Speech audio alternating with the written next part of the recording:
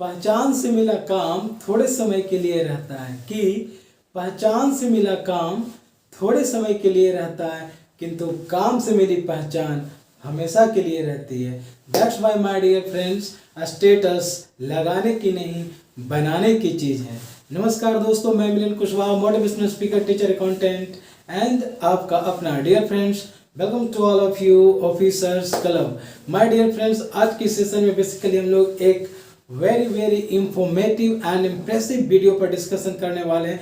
Topic ऐसा है कि आपके एग्जामिनेशन पॉइंट ऑफ व्यू से काफ़ी ज़्यादा इंपॉर्टेंस रखता है। Yes my dear friends, I am talking about PU means primary unit, जो कि रेवेन्यू सेक्शंस का होगा। एंड 1 to 99 प्राइमरी यूनिट का डिस्कशन हम लोग फटाफट आज के इस वीडियो में करने वाले हैं, तो स्टार्ट टू एंड बने रहिए। और यदि आप इस चैनल पर नए हैं तो just subscribe this channel, because इस चैनल पर आपको हर अपडेटेड से अपडेट किया जाता है। So my dear friend, don't kill the time and let's begin.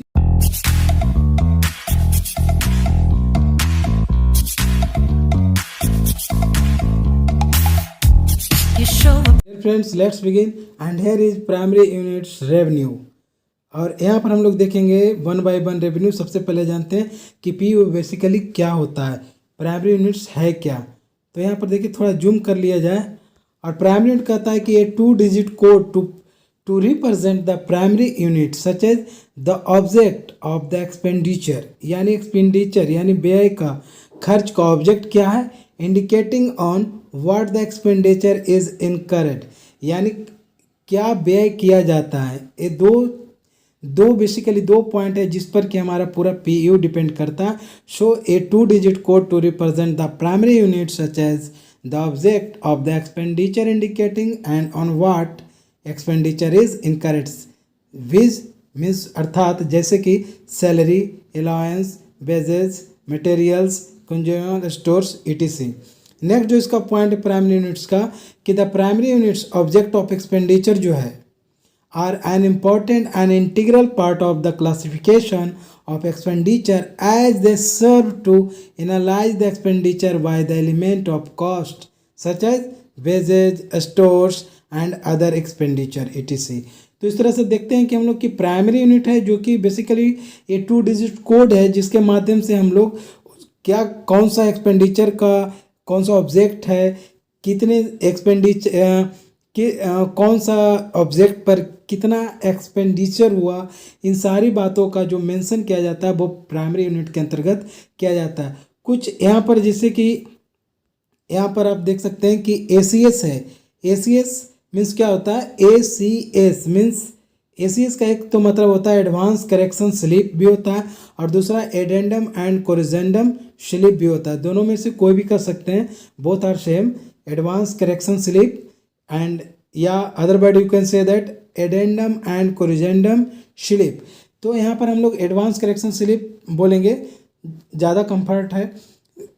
ACS 125 very important for candidates, why, because क्योंकि 6 new PU such as 30, 60, 61, 63, 64 and 98 are introduce. ये PU के अंतर्गत ये जो 6 न्यू PU है इसको ऐड किया गया, इंट्रोड्यूस किया गया है ACS 125 के अंतर्गत। चूँकि 2 PU जैसे कि 5 and 6 वेर डिलीटेड, और जो पहले से जो 5 and 6 PU था उसको प्राइमरी यूनिट उसको डिलीट कर दिया गया है।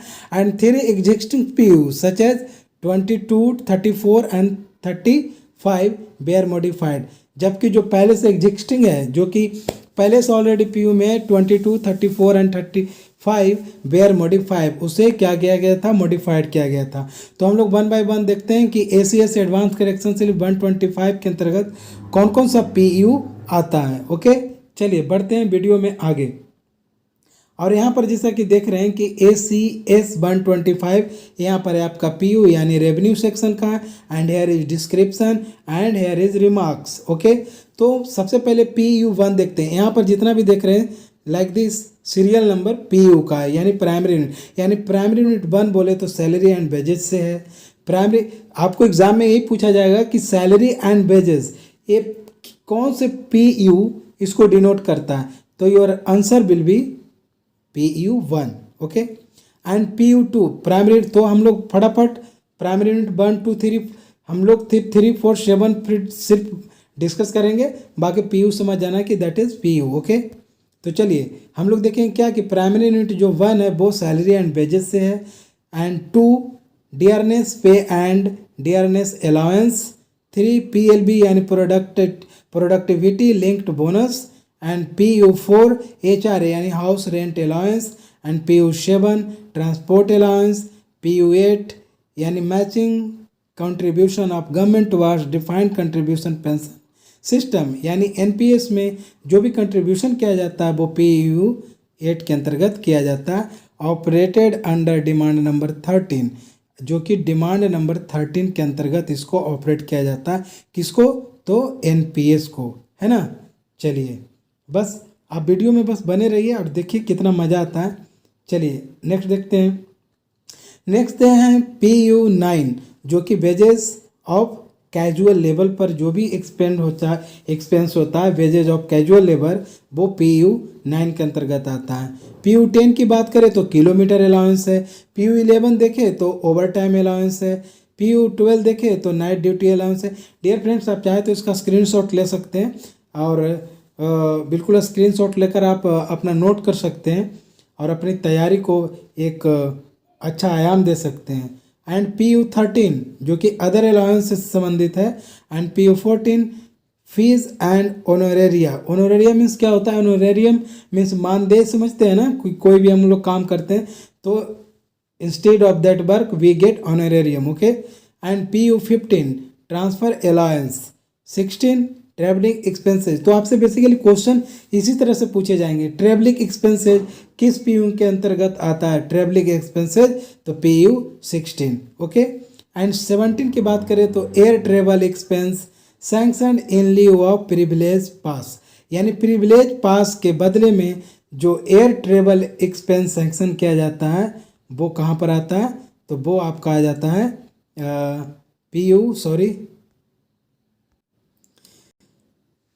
PU17 की बात हो रही है कि PU17 के अंतर्गत आपका air travel expenses section in leave of privilege pass. Okay, यानी प्रिविलेज पास के बदले में जो एयर ट्रेवल एक्सपेंस सेक्शन किया जाता है वो PU17 के अंतर्गत आता है। ठीक है, 18 की बात करें PU18 तो ऑफिस एक्सपेंसेज, यानी ऑफिस के अंतर्गत जितने भी एक्सपेंस होता है वो होता है PU18 के अंतर्गत। 19 की बात करें तो rental for PNT telephone and call charges including trunk calls, यानी PNT telephone and call charges जितने भी है वो PU19 के अंतर्गत आते हैं। एंड PU20 की बात करें तो this PU is common for revenue and capital. ये रेवेन्यू एंड कैपिटल दोनों के लिए एक ही होता है PU, वो है लीव इनकैशमेंट ड्यूरिंग सर्विस, यानी सर्विस के दौरान जो हम लोग लीव इनकैशमेंट करते हैं, यानी लीव के बदले जो नगद भुगतान हमें मिलता है वो आपको PU20 के अंतर्गत किया जाता है। एंड एडवर्टाइजिंग एक्सपेंसेज, यानी रेलवे जो भी अपना एडवर्टाइजिंग पर जो भी एक्सपेंस करती है वो PU21 के अंतर्गत आता है। It's a very very important PU21। Okay, चलिए बढ़ते हैं अगले PU की ओर। एंड नेक्स्ट जो PU है आपका वो है आपका PU है 22।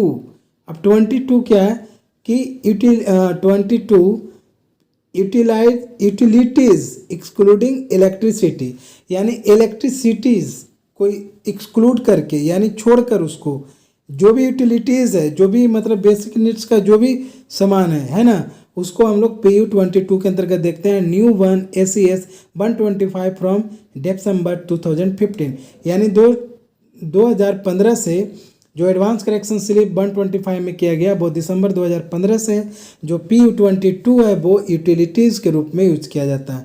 एंड PU23 की बात करें तो rental for office equipment other than data processing, data processing के अलावे जो भी रेंटल ऑफिस इक्विपमेंट है उस पर जो भी एक्सपेंसेस किया जाता है वो PU23 के अंतर्गत किया जाता है। एंड 24 की बात करें तो printing and stationery including publications, यानी जो भी प्रिंटिंग का, स्टेशनरी का जो भी आइटम है उस पर जो भी एक्सपेंसेस किया जाता है वो आपका PU24 4 के अंतर्गत किया जाता है। तो डियर फ्रेंड्स, यदि आपको इस तरह से पीयू बिल्कुल याद रखेगा तो आप अपेंडिक्स 2A या अपेंडिक्स 3A या इवन LDC 30% 70% में आप अपियर हो रहे हैं, सबके लिए बेहद इंपॉर्टेंट सेक्शन है पीयू। ओके, हालांकि ये व्यूअर्स डिमांड पर ही इस वीडियो को अपलोड किया जा रहा है, क्योंकि एक हमारे व्यूअर्स ने ही इस तरह का बोले थे, डिमांड किए थे कि सर पीयू से रिलेटेड वीडियो अपलोड कीजिए। यस, तो मुझे लगा कि हाँ, पीयू तो बहुत ही इंपॉर्टेंट सेक्शन है, तो बस उसी के रिगार्डिंग में ये वीडियो बना है। यदि पीयू 25 की बात करें, again this is a common PU both for revenue and capital. इसमें क्या है, चिल्ड्रन एजुकेशन अलाउंस, जिसको CEA के रूप में भी जानते हैं। क्या, CEA यानी चिल्ड्रन एजुकेशन अलाउंस, है ना, चिल्ड्रन एजुकेशन अलाउंस। तो आपका PU 25 आ जाएगा। ये क्या है, from 2009 and operated only in demand number 11। यदि डिमांड नंबर की बात करें, रेलवे में बेसिकली डिमांड नंबर 16 होता है। 16 तक आपको डिमांड नंबर पढ़ना है, जिसका कि वीडियो आपको प्ले लिस्ट में मिल जाएगा। डिमांड नंबर पर वीडियो ऑलरेडी बना है। तो डिमांड नंबर 11 के अंतर्गत इसको चिल्ड्रन एजुकेशन अलाउंस को रखा गया है। ओके, चलिए बढ़ते हैं अगले क्वेश्चन की, अगले PU की ओर। एंड नेक्स्ट वन इज 26, जो कि reimbursement of medical expenses. Medical expenses पर जो भी रीइम्बर्समेंट लिया जाता है, जो भी एक्सपेंसेज आती है, वो आपका PU 26 के अंतर्गत किया जाता है। यानी पूछता है कि medical expenses, reimbursement of medical expenses denoted by in which PU, तो your answer should be 26। Okay, and from August 2005 ACS 124 यानी एडवांस करेक्शन स्लिप 124 के अंतर्गत इसको मेंशन किया गया है। चलिए बढ़ते हैं PU 27 के अंतर्गत। इसमें क्या है, basically cost of material from stock, यानी स्टॉक से जो भी मटेरियल लाते हैं उसमें जो भी कॉस्ट होता है, जो भी एक्सपेंसेज होता है, जैसे in demand number 10 operating expenses, जिसमें हम लोग फ्यूल के बारे में चर्चा करते हैं, उसी प्रकार से PU 27 है, would reflected prime cost of fuel from stock for home locomotive fuel in home railway. यानी होम रेलवे के अंतर्गत जब फ्यूल का जो एक्सपेंसेज आता है, तो कॉस्ट मटेरियल्स फ्रॉम स्टॉक जो है PU बेसिकली 27 इसी बात की चर्चा करते हैं। And this will include biodiesel B5 और बायो10 and CNG LNG for locomotives. Locomotive आपका जिस भी तरह का हो, चाहे उसमें CNG या फिर बायोडीजल का यूज हो रहा हो, आपको यदि cost of material from stock की बात आएगा तो आपका जो आंसर हो जाएगा PU 27। 28 की बात करें तो cost of materials direct purchase, जो भी डायरेक्ट परचेज किया जाता है रेलवे के अंतर्गत, तो उसमें जो भी कॉस्ट मटेरियल्स है उस पर जो एक्सपेंस होता है वो आपका PU 28 के अंतर्गत आता है। ओके, आई थिंक आपको मज़ा आ रहा होगा, समझ में भी आ रहा होगा, क्योंकि हर पॉइंट को बिल्कुल बारीकी से यहाँ पर डिस्कशन किया जा रहा है, तो आई थिंक आपको बेहद समझ में आ रहा होगा। यदि PU 30 की बात करें तो cost of electricity energy, cost of electricity energy यानी PU 30 would reflect cost of electricity energy payment to discom MS यानी SEBS etc traction as well as for non traction. यानी इसमें मेन रूप से आपको याद रखना है, क्या आपका जो कॉन्सेप्ट होना चाहिए कि जो PU 30 है वो आपको इलेक्ट्रिसिटी एनर्जी से रिलेटेड है। And new PU ACS 125 from December 2015 PU 32 use till now for booking electricity bill payment will not be used now. Okay, तो यहाँ पर सिर्फ आपको ये करना है कि यहाँ पर PU 32 की बात हो रही थी, और यहाँ पर हम लोग जो कि PU 32 will not be used now, 32 का यूज अब नहीं होता, 30 से ही काम चल रहा है, 30 में ही सबको मर्ज कर दिया गया। यदि इलेक्ट्रिसिटी एनर्जी की बात आएगा तो the expenditure shall be book to the demand headed pertaining to the activity to which the energy matter pertains। यानी एनर्जी मैटर से जो भी मैटर पर्टेन करती है, उससे संबंधित जो भी है इलेक्ट्रिकल एनर्जी से, तो वो PU 30 के अंतर्गत आएगा। ठीक है, चलिए बढ़ते हैं नेक्स्ट। अब यहाँ देखिए PU 31 क्या है कि fuel for other than traction. यदि ट्रैक्शन के अलावा फ्यूल की ज़रूरत होती है, जहाँ जैसे कि PU 30 will now be used for booking cost of direct purchase of fuel, यानी purchase other than through stocks, यानी स्टॉक्स के थ्रू के अलावे डायरेक्ट परचेज भी यदि फ्यूल का किया जाता है तो वो PU 31 के अंतर्गत आएगा। ठीक है, चलिए अब 32 की बात करें तो कॉन्ट्रैक्चुअल पेमेंट, ये क्या है? कॉन्ट्रैक्चुअल पेमेंट है। अभी यहाँ पर हम लोग जैसे कि हम लोग पढ़े, देखें कि जो ये 30 जो है PU 30, वो PU 32 की जो बात हो रही थी कि PU 30 न payment will not be use now, इसका यूज नहीं किया जा रहा। ये बेसिकली अब किसके लिए आ गया? तो ये बेसिकली कॉन्ट्रैक्चुअल पेमेंट के लिए है PU 32। एंड PU 33 की बात करें तो ट्रांसफ़र ऑफ डेबिट्स और क्रेडिट फ्रॉम अदर यूनिट्स, किसी भी अदर यूनिट से जब हम डेबिट या क्रेडिट करते हैं, उसका ट्रांसफ़र करते हैं, तो PU 33 के अंतर्गत करते हैं। और ये एडवांस करेक्शन स्लिप 125 के अंतर्गत है, जो कि फ्रॉम दिसंबर 2015 से इम्प्लीमेंट किया गया। And this one is now this primary unit shall not be used for loco performance GTKM यानी gross ton kilometre debits credit for which a new PU 61 has been created. यानी my dear friends, देखा जाए तो ये जो 33 है, जो कि ट्रांसफ़र ऑफ डेबिट और क्रेडिट फ्रॉम अदर यूनिट जो करते हैं, बेसिकली अभी एट प्रेजेंट ये यूज्ड में नहीं है। इसके बदले क्या किया गया? Instead of 33 PU 61 has been created. एक इस पर काम चल रहा है और इसको बेसिकली PU 61 को ये किया जा रहा है, इसको इम्प्लीमेंटेशन में लिया गया है इंस्टेड ऑफ 33। ठीक है, चलिए बढ़ते हैं अगले PU की ओर। और जो आपका अगला जो PU है वो कुछ इस तरह से है कि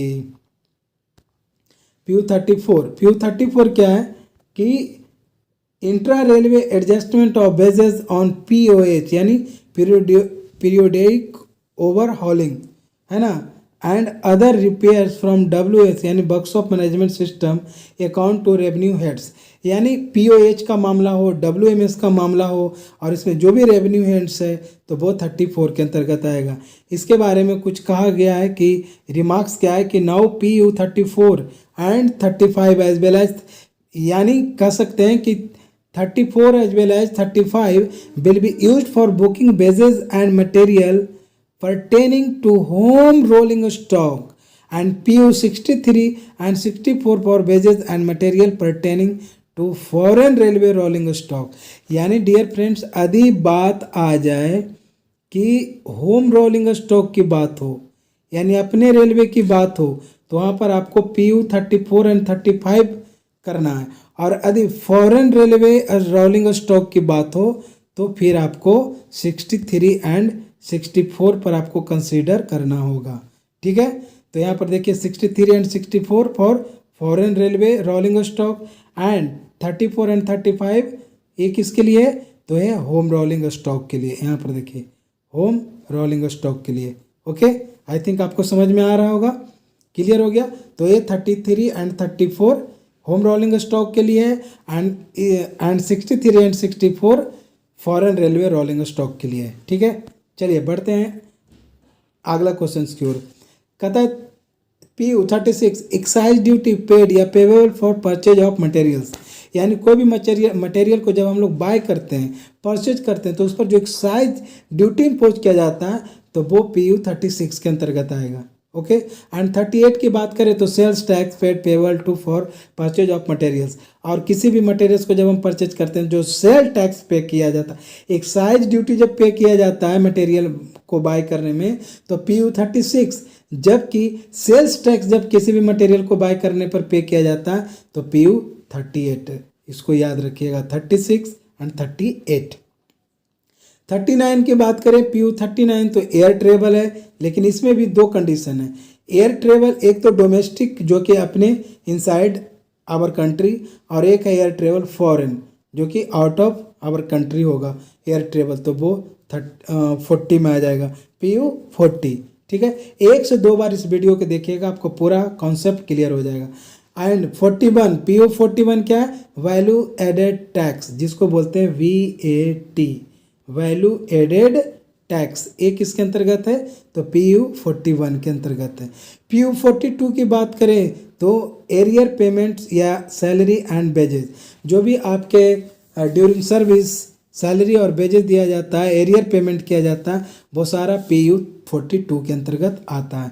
डियर फ्रेंड्स, ये सेक्शन इतना इंपॉर्टेंट है कि 1 to 99 आपको कहीं से भी किसी भी एग्ज़ाम में whether that is appendix 2A, appendix 3A, LDC 30%, 70% या फिर अपेंडिक्स 4 का एग्ज़ाम हो, किसी में भी कहीं से भी क्वेश्चन उठाकर पूछ दिया जाता है कि arrear payment salary and wages PU, तो your answer should be 42। Okay, चलिए बढ़ते हैं अगले क्वेश्चन की ओर। PU 43 arrear payment dearness pay and dearness allowance. देखिए यहाँ सैलरी एंड वेजेज की बात हो रही है, but here I am talking about dearness pay and dearness allowance.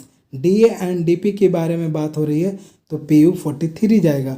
And PU 44 में क्या होता है, arrear payment allowance other than DA। DA के अलावे जो भी अलाउंस पे किया जाता है एरियर के रूप में, तो वो PU 44 के अंतर्गत किया जाता है। ठीक है, 45 की बात करें तो दिस इज सर्विस टैक्स। पूछता है कि सर्विस टैक्स किस PU के अंतर्गत आता है, तो सर्विस टैक्स जो भी हम लोग पे करते हैं तो वो PU 45 के अंतर्गत आता है। 46 एंड 47 ये है क्या, countervailing duty and additional custom duty. 46 countervailing duty and 47 additional custom duty, जो कि एडवांस करेक्शन स्लिप 115 यानी 115 फ्रॉम अगस्त 2014 से इम्प्लीमेंटेशन में है, ये इम्प्लीमेंट किया गया है। चलिए नेक्स्ट देखते हैं, PU 48 के बारे में देखते हैं, है ना। PU 48 वंस अगेन PU 48 के बारे में देखते हैं कि 48 क्या है कि कस्टम ड्यूटी पेड या payable for purchase for materials other than countervailing and additional custom duty. यानी काउंटर वेलिंग या फिर एडिशनल कस्टम ड्यूटी है तो वहाँ पर जो कस्टम ड्यूटी पेड किया जाएगा तो वो 48 के अंतर्गत किया जाएगा, PU 48। एंड PU 50 की बात करें तो again this is a common PU for revenue and capital. ये क्या है, तो cost of computer hardware system software application software. Railway में एक कंप्यूटर एडवांस का प्रोविज़न है, तो वो जो भी आएगा वो प्राइमरी यूनिट 50 के अंतर्गत किया जाएगा। ठीक है, 51 की बात करें तो once again this is common PU for both revenue and capital. इसमें क्या होता है, कॉस्ट ऑफ कंप्यूटर कंज्यूमेबल जैसे ribbon, cartridge, disc, tapes, floppy, computer stationery, rental of computers and AMC, यानी उसका जो भी एसेसरीज है कंप्यूटर का उसके रिगार्डिंग में PU जो भी एक्सपेंसिव किया जाता है तो वो PU 51 के अंतर्गत होगा। And once again you should remember that कि 51 is a common PU for both revenue and capital and this is recurring nature and consumable renter ETC। ठीक है, चलिए अगले PU की ओर बढ़ते हैं और देखते हैं PU 42 PU जो है वो भी कॉमन PU है रेवेन्यू एंड कैपिटल के लिए। और इसमें क्या होता है, लैपटॉप प्रोक्यूर्ड बाय ऑफिसर्स, यानी ऑफिसर्स के द्वारा जो लैपटॉप प्रोक्यूर्ड किया जाता है वो आपका 52 के अंतर्गत किया जाता है, जो कि रेवेन्यू एंड कैपिटल दोनों के लिए समान ही है। और इसको भी एडवांस करेक्शन स्लिप के अंतर्गत 111 के अंतर्गत 2013 से मतलब प्रोविज़न लाया गया है। इसी तरह से हम PU 60 की बात करें तो फ्यूल फ्रॉम स्टॉक, यानी home railway locomotive fuelled bye foreign, यानी फॉरेन के द्वारा जो होम रेलवे लोकोमोटिव फ्यूल्ड किया जाता है तो वो PU 60 के अंतर्गत आएगा। इसमें बेसिकली होता है क्या कि डिमांड नंबर 10 जो कि ऑपरेटिंग एक्सपेंसेज यानी फ्यूल, तो यहाँ पर डिमांड नंबर की बात हो रही है और वो demand number 10 operating expenses related है। तो PU 60 जो है would reflect prime cost of fuel from stock issued to home railway locomotive by foreign railway. तो फ्यूल फ्रॉम स्टॉक की बात होगा तो वो होगा PU 60। और यहाँ पर देखिए इसका रिमार्क्स में कुछ है कि new PUACS 125 from December 2015 prime cost only booked under PU 60, taxes on fuel however book to PU 33। देखिए कितना मतलब कि क्लोज रिलेशन है। यदि बात किया जाए prime cost only booked under PU 60, prime cost PU 60 के अंतर्गत बुक किया जाएगा, but taxes on fuel however book to PU 33। Okay, चलिए बढ़ते हैं अगले क्वेश्चंस की ओर। बढ़ते हैं। यस, हियर इज PU 61 61 क्या है, ट्रांसफर डेबिट और क्रेडिट टू लोको परफॉर्मेंस, यानी GTKM डेबिट्स और क्रेडिट, यानी GTKM क्या है, ग्रॉस टन किलोमीटर, यानी इसमें जो भी डेबिट और क्रेडिट का ट्रांसफ़र किया जाता है लोको परफॉर्मेंस का, तो वो आपका PU 61 के अंतर्गत किया जाता है, ठीक है। एंड PU 63 की बात करें तो inter railway adjustment of wages और लेबर कॉस्ट ऑन POH यानी periodic overhauling and other repair from WMS account to revenue heads, यानी बॉक्स ऑफ मैनेजमेंट सिस्टम हो या फिर POH की बात हो, तो उसके अंतर्गत जो भी इंटर रेलवे एडजस्टमेंट होता है for wages and labour cost के लिए जो भी एक्सपेंसेस किया जाता है तो वो PU 63 के अंतर्गत होता है, ठीक है। नेक्स्ट 64 PU की बात करें तो inter railway adjustment of debit towards material use POH and other repairs from WMS account to revenue heads. Same चीज़ें, थोड़ा थोड़ा अंतर है ना। यहाँ पर देखिए स्टॉक एंड PU 63 एंड 64 पर baggage and material pertaining to foreign railway stock, and 34 and 35 वहाँ देखे थे कि होम रोलिंग स्टॉक के लिए जो होगा वो होगा 34 एंड 35, ठीक है।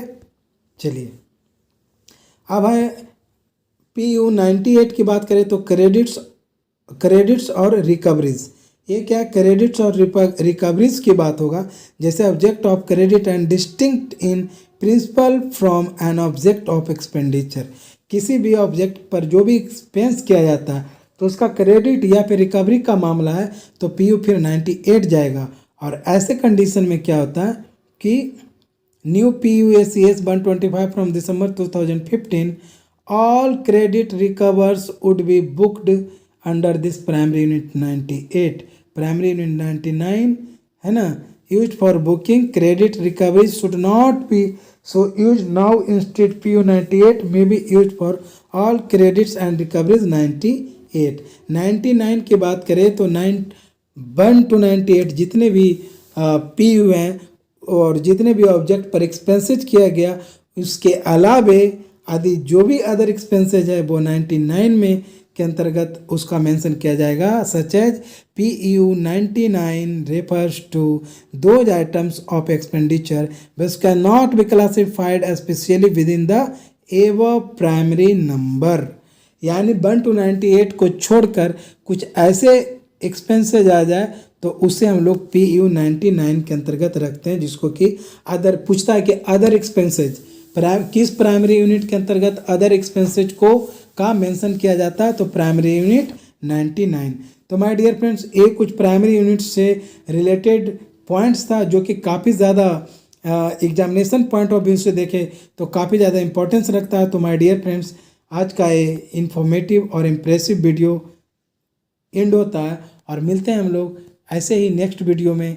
और यदि आपको कोई टॉपिक पर यदि आपको लगे कि इस टॉपिक पर वीडियो चाहिए तो आप कमेंट बॉक्स में कमेंट करके बताइएगा कि सर इस टॉपिक पर वीडियो अपलोड कीजिए, तो मतलब मैं श्योर उस चीज़ पर कंसीडर करूँगा और उस वीडियो को अपलोड करूँगा। ओके, तो till then bye bye, see you, love you all.